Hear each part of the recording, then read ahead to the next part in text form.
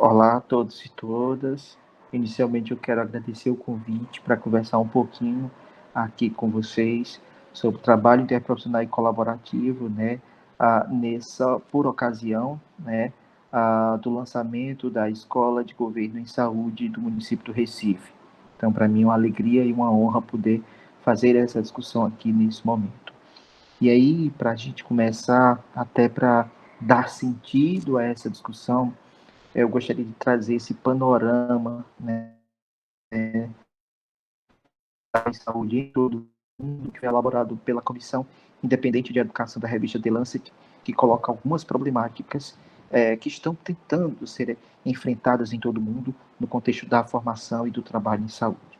O primeiro, que chama muita atenção, é a incompatibilidade entre o perfil profissional e as necessidades de saúde, ou seja, nós temos necessidades de saúde que são cada vez mais complexas, que exigem um olhar mais ampliado sobre essas necessidades de saúde, uma responsabilidade sobre a transformação dessas necessidades de saúde, né? Mas, por outro lado, nós temos um perfil que não dialoga, né, de forma efetiva com essas necessidades. Outro ponto são as dificuldades para o trabalho em equipe. E essas dificuldades têm prejuízos, né, têm implicações importantes para a qualidade da atenção. A formação é excessivamente técnica, na medida em que a gente construiu ao longo da história a ideia de que a dimensão técnica é quem agrega o reconhecimento social ou o reconhecimento histórico de determinada profissão, e a gente vai dando sentido, legitimando essa formação com foco nessa dimensão técnica do saber. Nós temos uma realidade em que os sistemas de saúde não dialogam com as políticas de formação profissional em saúde, o que representa também um descompasso que chama a nossa atenção, porque a gente precisa começar a pensar essa formação com foco no fortalecimento dos sistemas de saúde. Se há esse descompasso, consequentemente, nós vamos ter aí incoerências que repercutirão na qualidade da atenção, né, na forma como a gente oferece os serviços de saúde.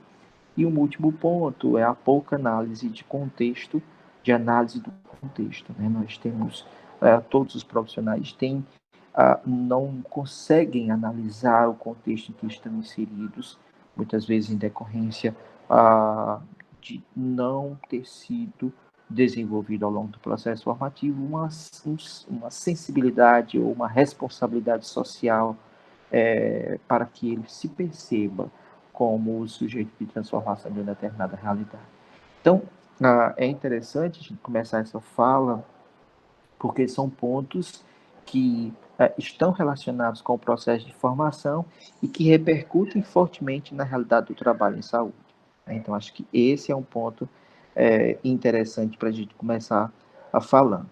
E o relatório, ele traz também um ponto que é bem interessante, que chama a atenção, é que em todo o mundo muitas políticas foram adotadas para o enfrentamento desses pontos, né? No entanto, o relatório afirma que, em grande parte, essas iniciativas não foram bem-sucedidas, pelo que a literatura tem chamado de tribalismo das profissões, ou silos profissionais, que é a tendência que as profissões têm de atuar separadamente ou se formar separadamente. Então, vejam, aí a gente começa a vivenciar uma incoerência comum quando a gente dialoga trabalho e educação das profissões da saúde. É que a gente precisa trabalhar junto, não se concebe o trabalho em saúde sem esse caráter coletivo, articulado, permeado por intensa interação, né? Mas nós estamos assegurando um processo de formação que não oportuniza momentos de aprendizagem interprofissional, né? Então, ou oportuniza muito pouco. Então, nós temos aí essa incoerência e esse debate é o mote da nossa discussão. E aí, para começar, né, assim, acho que para continuar essa discussão, Acho que é sempre importante a gente retomar esse caráter do trabalho em saúde, que é um trabalho que se materializa com forte interação entre os diferentes profissionais de saúde, entre os profissionais de saúde e usuários, né? E é importante falar de colaboração como um elemento central para que a gente efetivamente trabalhe em equipe, mas a professora Daniela Damu coloca e faz uma provocação que, apesar de termos, de fazermos a defesa do trabalho em equipe, ou de termos a clareza da colaboração, nós não temos uma real compreensão da complexidade que é essa colaboração. E aí isso decorre porque nós estamos muito preocupados no marco teórico, conceitual e metodológico que sustenta, né, as especificidades de cada profissão. Em razão disso, a colaboração não é algo que tenha ocupado espaços importantes no processo de formação. Consequentemente, nós percebemos na realidade dos serviços práticas fragmentadas que pouco contribuem para a oferta de respostas mais integrais, de respostas efetivas para essas necessidades de saúde. Falar em colaboração não é tão simples, e aí, como a própria professora Daniela Damour coloca, que nós não temos a clareza da dimensão complexa, essa colaboração requer uma mudança de paradigma, né? E aí a gente precisa assumir o desafio de compreender melhor e estabelecer processos de formação e processos de trabalho que consigam transitar de um modelo competitivo, como na formação e no trabalho, para um modelo de colaboração. Né? Então, acho que diante disso, esse conceito de colaboração é central para que a gente possa aprofundar um pouco mais esse debate. E aí, também, orientado pela professora Daniela Damu, eu trago aqui os princípios da colaboração, que são bem interessantes, porque eles trazem a autora traz o compartilhamento, ou seja, no trabalho em saúde nós estamos a todo momento compartilhando. Nós compartilhamos responsabilidades, nós compartilhamos decisões, compartilhamos bases teóricas, né? Preocupações com os serviços. Né? Então, acho que o compartilhamento é um elemento central dessa colaboração.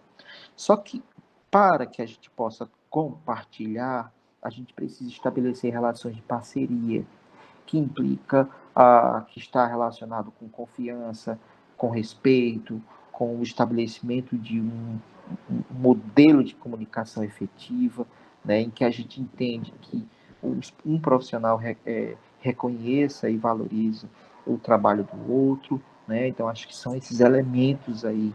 Então a gente só compartilha quando a gente vai conseguindo ao longo do tempo estabelecer essa relação de parceria. A gente só compartilha, só estabelece essas relações quando nós temos clareza que o meu trabalho ele vai até aqui e que será complementado pelas práticas, por outras práticas profissionais. E aí vem a ideia da interdependência. Nós precisamos exatamente entender que as práticas elas se complementam, elas são interdependentes. E aí vem o quarto pilar da colaboração, o princípio da colaboração, que esse é um ponto absolutamente é, desafiador para, principalmente quando a gente tem uma sociedade tão desigual e que as desigualdades elas também se expressam nas estruturas das profissões, e esse pilar é o poder. Todos os anteriores, a gente tem clareza da interdependência, do reconhecimento, a valorização, o respeito para o compartilhamento, esses processos dialogando de forma muito intrínseca. Tudo isso só é possível quando a gente tenta equilibrar os poderes. Né? Então, acho que o poder é um debate central, na medida em que, quando nós temos desigualdades nesse poder, nós podemos aí vivenciar fortes barreiras para que a colaboração e o efetivo trabalho aconteça. Então, a partir desses quatro pilares, a pergunta que fica é como esses pilares podem ser percebidos na realidade do trabalho em saúde. E uma outra provocação: como nós estamos assegurando o desenvolvimento ou fortalecimento desses princípios no contexto da formação em saúde, da formação do profissional de saúde. Então, acho que essa pergunta deve aí ficar para que a gente pense exatamente os processos de mudança da formação e do trabalho em saúde. Todo esse debate, por sua vez, busca exatamente a prática colaborativa, que é essa prática colaborativa ocorre quando vários profissionais de saúde, serviços integrais, trabalham em conjunto, mas não é apenas estar em conjunto, é preciso estar articulados, né? E aí a prática colaborativa coloca o usuário, sua família e as comunidades como centro do processo. Então, são essas necessidades dos usuários, famílias e comunidades que permitem, que mobilizam a interação e a articulação das diferentes práticas profissionais dos diferentes escopos de prática. Então, vejam que a ideia, quando a gente fala da colaboração, é permitir que a gente construa aí um processo para que a gente tenha aí essa prática colaborativa na realidade da formação. E aí nós temos alguns elementos que são elementos relevantes para a gente pensar o êxito, né, o sucesso, o avanço do trabalho colaborativo e do trabalho interprofissional. Uma boa comunicação, clareza dos papéis, nós conhecemos muito pouco os papéis dos demais colegas. Muitas vezes o nosso olhar sobre o colega é um olhar permeado de muitos estereótipos, né? Porque a gente não discute o papel do outro. Se a gente não discute o papel do outro, a gente tem dificuldades para saber em que momento esse colega irá complementar as minhas práticas profissionais. Forte envolvimento e articulação com os usuários. Não dá para pensar a colaboração retirando o usuário desse debate. Os poderes equilibrados, porque o desequilíbrio de poderes gera conflitos, o desequilíbrio dos poderes gera conflitos, competição, e aí eu acho que a gente precisa começar a entender que esse equilíbrio nos ajuda a pensar aí o trabalho colaborativo mais efetivo. As necessidades de saúde como centro, né, do trabalho em saúde, a ter uma tranquilidade para aprender com o outro. Nós estamos a todo momento aprendendo com o outro, mas esse processo precisa ser percebido como um processo absolutamente natural, sem que isso diminua, sem que isso represente aí uma ameaça ao meu saber, né? Porque no cenário de competição a gente tem dificuldade de afirmar, ou de entender, ou de aceitar aprender com o outro, com medo da gente perceber que a nossa importância vai ser diminuída em razão disso. O respeito pela cultura e áreas de conhecimento dos outros profissionais, aceitar dividir conhecimentos e a tomada de decisões, e o apoio institucional. Então, acho que o que eu gosto, nada disso, assim, eu acho que a gente tem algumas experiências em todo o mundo de educação ou de trabalho interprofissional em saúde, mas o apoio institucional é um ponto estratégico para a sustentabilidade dessas mudanças.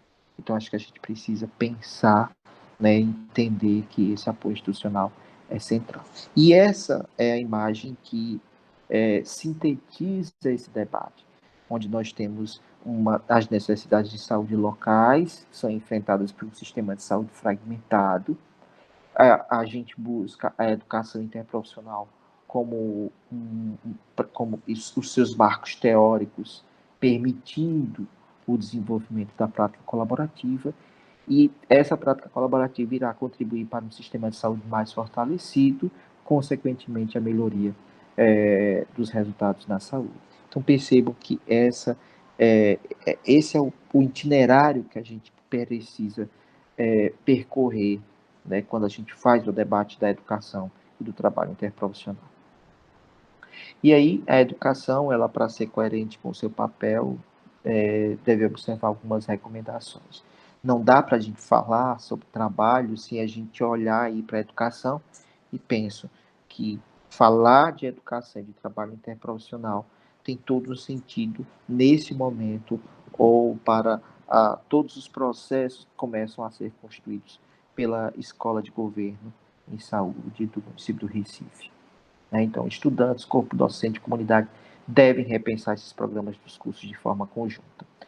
Nós, por vezes, ou é frequente, estabelecermos aí uma lógica em que apenas o corpo docente discute. Então, é preciso chamar a comunidade, é preciso chamar os estudantes para que eles também participem desse processo.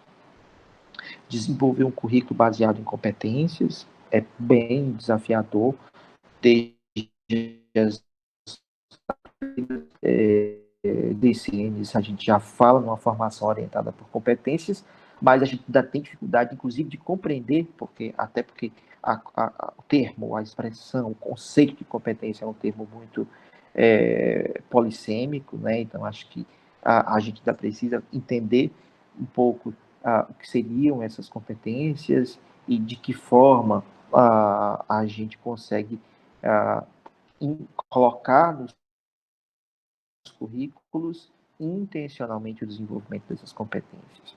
Pensar a avaliação dessas competências, melhorar a capacidade e o interesse para o trabalho em equipe. Então, o processo de formação precisa criar estratégias para que a gente busque exatamente melhorar essa capacidade e o interesse para trabalhar em equipe.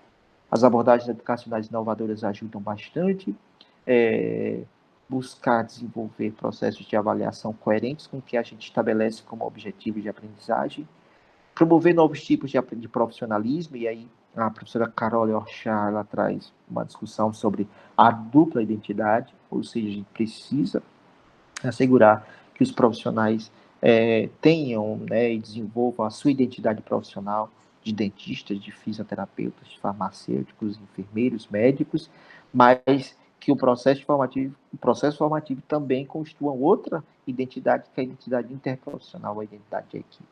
Acho que esse é um ponto para a gente que chama bastante atenção. Estabelecer mecanismos de planejamento, né? Educar para o pensamento crítico, para o trabalho em equipe, para a liderança, utilizando e pensando nas melhores práticas.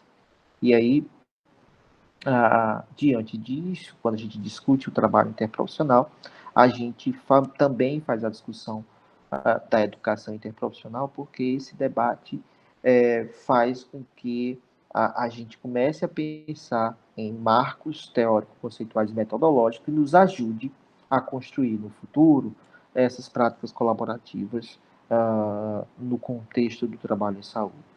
Então, esse debate, a gênese varia, alguns autores mencionam que os primeiros movimentos da educação interprofissional surgem ali na década de 60, de 1960, no Reino Unido, começam mais como iniciativas de departamentos ou de algumas regiões, mas que aos poucos começam a assumir espaços importantes nas políticas de reorientação da formação. Ela tem sido adotada, o debate da educação interprofissional tem sido adotada mais frequentemente nos últimos 30 anos, exatamente por encorajar o trabalho colaborativo em saúde e por ter como horizonte principal a melhoria da qualidade dos serviços. E aí, práticas colaborativas, né, esse trabalho interprofissional e colaborativo tem algumas vantagens, alguns benefícios que a literatura já vem indicando, apresentando. Um é que, quando a gente fala de trabalho interprofissional e colaborativo, nós mostramos um compromisso muito claro com a segurança do paciente, uma vez que as práticas fragmentadas, expõem o usuário, família e comunidades a atos duplicados, quando esses atos eles poderiam estar sendo realizados de uma forma mais negociada, articulada, né? Então, acho que é um debate que nasce muito comprometido com a segurança do usuário e do paciente. Reduz os erros, porque a gente discute mais, compreende melhor, negocia esse plano de ação, evita a duplicação dos procedimentos e racionaliza os custos na área da saúde. Então, acho que são elementos importantes para a gente, de fato, realizar a defesa do trabalho interprofissional em saúde. Nesse debate, a gente tem aí algumas confusões conceituais que a literatura chama a atenção, que é interdisciplinaridade versus interprofissionalidade. Muitas vezes a gente percebe que são utilizados, esses termos são utilizados como sinônimos, quando na verdade não são, e a literatura vem indicando que a interdisciplinaridade ela é uma resposta ao conhecimento fragmentado entre as diversas disciplinas, ou seja, a interdisciplinaridade menciona a interação e articulação de diferentes campos de conhecimento, de diferentes núcleos de conhecimento, de diferentes expertises, ou seja, o radical disciplinar fala de conhecimentos, enquanto o radical profissional fala de práticas profissionais. Então, nós temos aí a interdisciplinaridade como essa interação entre diferentes conhecimentos e a interprofissionalidade, essa interação entre diferentes práticas profissionais. Então, acho que esse é um debate que a gente vem fazendo, merece um pouco mais de refinamento, mas a gente pode falar sobre isso depois, ou então pensar sobre isso de uma forma mais ampliada. Mas o que esse debate chama exatamente a atenção é que essas profissões, elas naturalmente elas fragmentam, né, o conhecimento. E essa fragmentação do conhecimento ele se reproduz nos campos de práticas, né? Cada profissão tem um escopo próprio de práticas com importantes implicações para o desenvolvimento dos serviços, e essas especificidades constroem aí uma identidade, uma jurisdição, né, a atuação legal dessas profissões, e isso faz com que elas raramente se integrem, muitas vezes como um mecanismo de proteção dessa profissão. E nós percebemos com tudo isso que ao longo da história nós temos uma tendência a naturalizar essa fragmentação. E aí a interprofissionalidade surge como uma resposta a essas práticas fragmentadas, buscando avançar num trabalho mais coeso, mais integral e mais resolutivo. Então, é isso, a interprofissionalidade é definida como essa articulação, essa interação entre os diferentes campos de prática, e aí a gente faz aí um debate sobre a educação interprofissional e o trabalho interprofissional como campos que precisam estar articulados.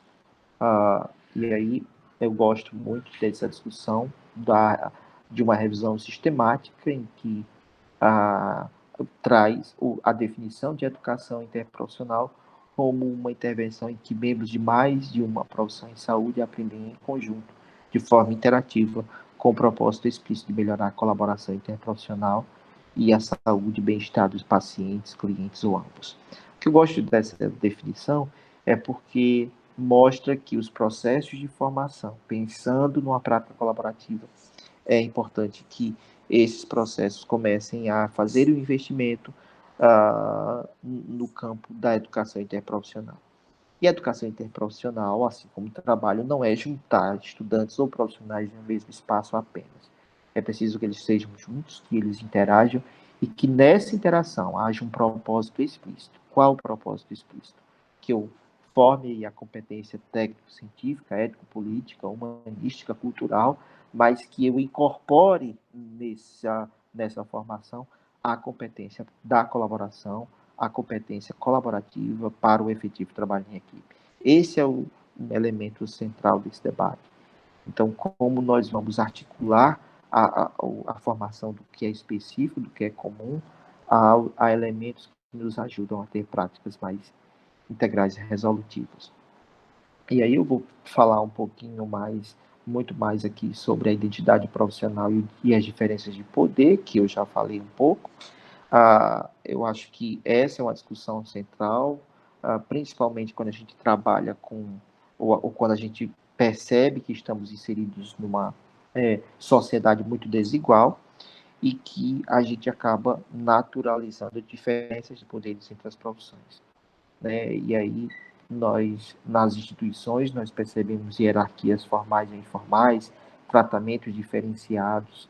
Isso são elementos que acabam construindo a identidade profissional e constrói barreiras importantes para o trabalho interprofissional. Eu acho que essa diferença de poder está muito arraigada nas próprias instituições, né? Porque a gente até defende essa hierarquia, e aí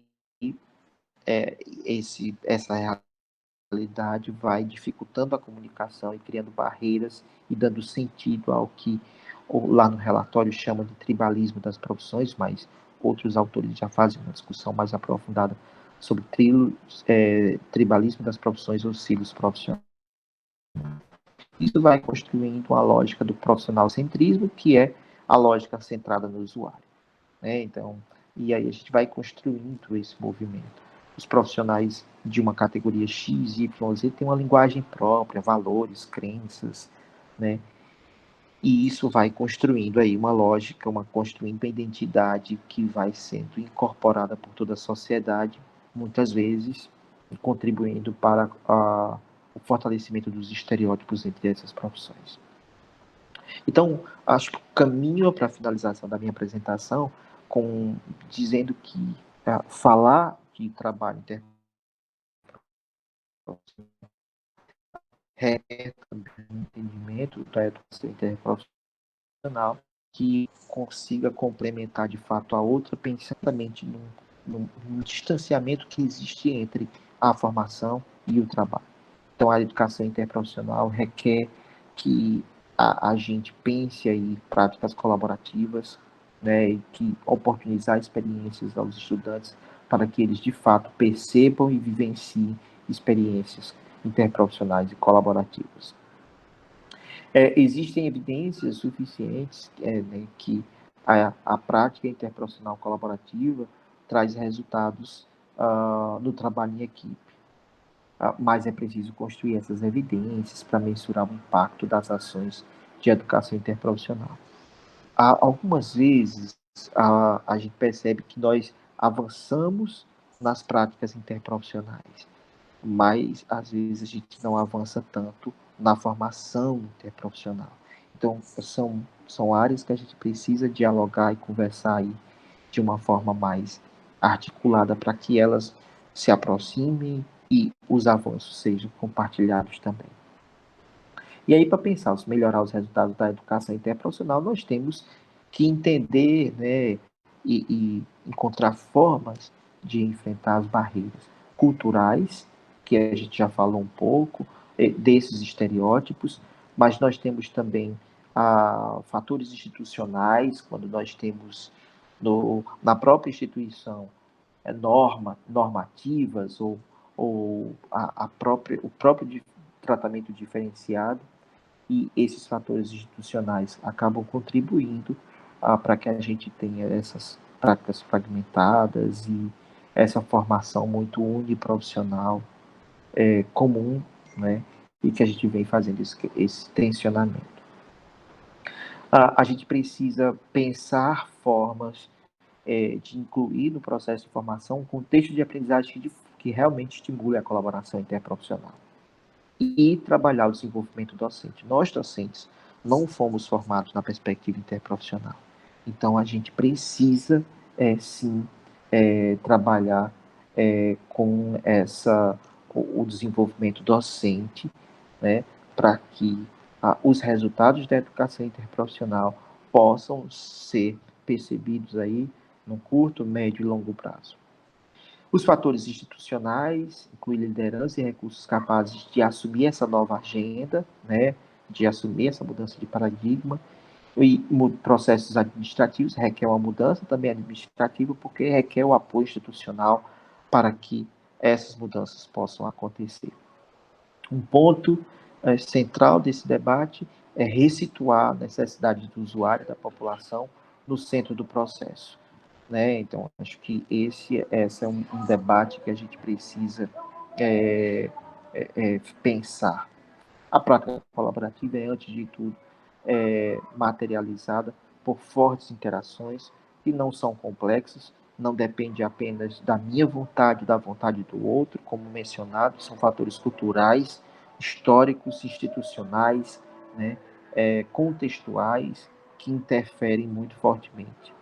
Então, aí nós temos esses processos interacionais, dos elementos que contribuem, né, que têm essas implicações sobre as relações interprofissionais.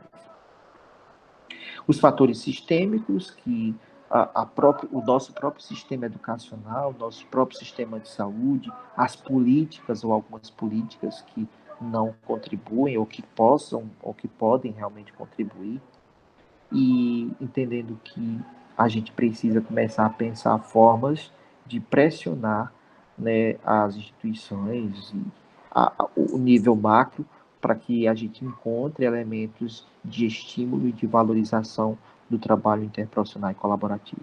Os benefícios da colaboração e do trabalho colaborativo: nós temos uma maior resolutividade dos problemas, ações mais integrais, nós temos um serviço de saúde de melhor qualidade, os usuários sentem isso, os profissionais também se sentem menos sobrecarregados, uma oportunidade de aprender e ir além das formas tradicionais de pensar e agir, acessar pessoas que normalmente nós não faríamos para ampliar as nossas capacidades.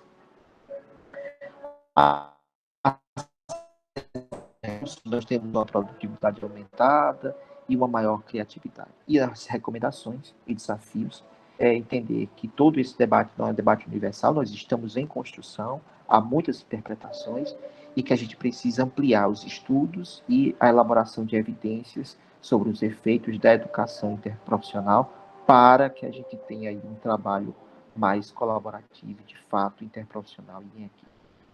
A implementação da EIP é complexa devido a várias questões já mencionadas aqui, requer um planejamento e implementação sustentável a médio e longo prazo, e até para a gente pensar aí o desafio da construção ou desenvolvimento dessa dupla identidade. Ver como nós vamos avaliar e mensurar os resultados da educação interprofissional, né, encontrar boas métricas, existem muitas em todo mundo, mas é preciso a gente diversificar as estratégias de avaliação para que a gente comece a elaborar evidências desses efeitos, entender que esse diálogo, essa interação tem implicações éticas importantes e que não podem ser esquecidas, e que esse modelo centrado nas necessidades apresentadas pela sociedade nos diferentes momentos históricos deve ser foco para as ações interprofissionais, né? Então, acho que essa discussão nos coloca exatamente elementos centrais, que é essa interação, o compromisso com o usuário, colocando de fato suas necessidades como centro do processo. Então, eu quero me despedir, agradecendo o convite, falar que fiz uma apresentação rápida sobre elementos centrais, mas que esses elementos acabam requerendo um debate, um diálogo um pouco mais aprofundado, né? Então, espero ter contribuído e fico feliz que esse tema esteja compondo a agenda, né, da Escola de Governo em Saúde do município do Recife. Muito obrigado pela atenção e fico à disposição para dialogarmos em outra oportunidade sobre esse tema.